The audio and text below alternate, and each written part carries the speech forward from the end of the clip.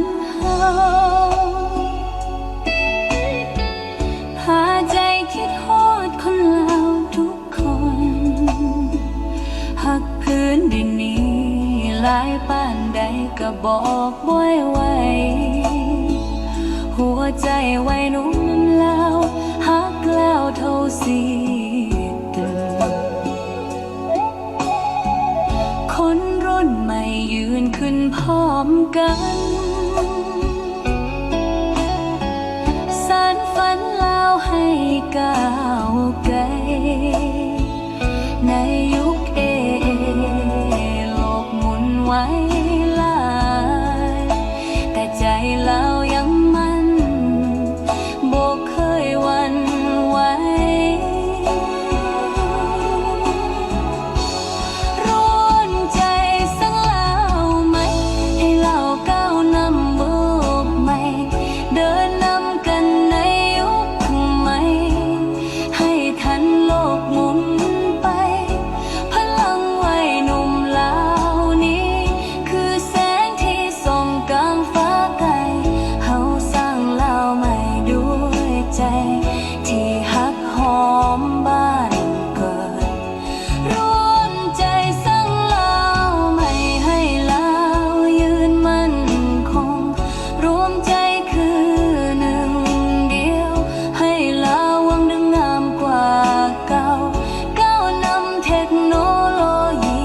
ใหม่ใส่ใจบ้านเกิดของเฮาเพื่อแผ่นดินลาวนี้อยู่คู่โลกไปนานเสียงแค้นดังลอยตามลมหนาวคือเสียงเอียนใจของสาวลาวกองทหารตึกบอกว่าเฮาบ่เหงาจับมือกันสร้างฝันเดินนำทางเดียวกันผู้เฒ่าสอนให้ฮักเหงาผู้ใหม่เติมปัญญาให้ทันโลกรวมแห่งเก่าและไม่เป็นพลังให้เราหุ่งเฮืองงามคือดวงดาวร่วมใจสร้างลาวใหม่ให้ลาวก้าวนำโลกบอกย่านต่อพายุใดถ้าหัวใจยังฮักกันในยุคคือไอ้นี่เฮาจับมือกันให้มันเพื่ออนาคตลูกหลานสิได้อยู่ดีปลอดภัยร่วมใจสร้างลาวใหม่ด้วยใจบ่มีถอยลาวคือบ้านเกิดแห่งความฝันก้าวนำไปอย่างสง่าลาวไม่สิลอยเดินกลางฟ้าด้วยหัวใจสาวลาวที่ยืนยงตลอดไป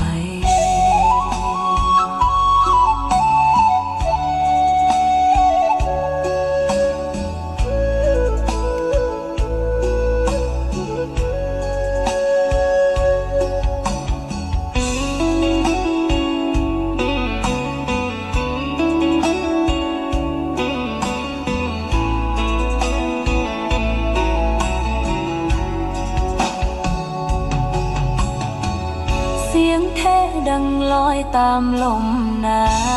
วคือเสียงเอียนใจของสาวลาวกองทหารตึกบอกว่าเฮาบ่เหงาจับมือกันสร้างฝันเดินนำทางเดียวกัน ผู้เฒ่าสอนให้ฮักเหงา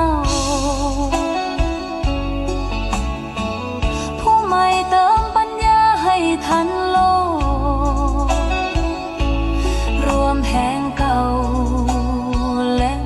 เป็นพลัง ให้ลาวคงหืองามคือดวงดาวร่วมใจสร้างลาวไม่ให้ลาวก้าวนำโลกบอกย่านต่อพายุใดๆถ้าหัวใจยังหักกันในยุคเคยนี้เฮาจับมือกันให้มันเพื่ออนา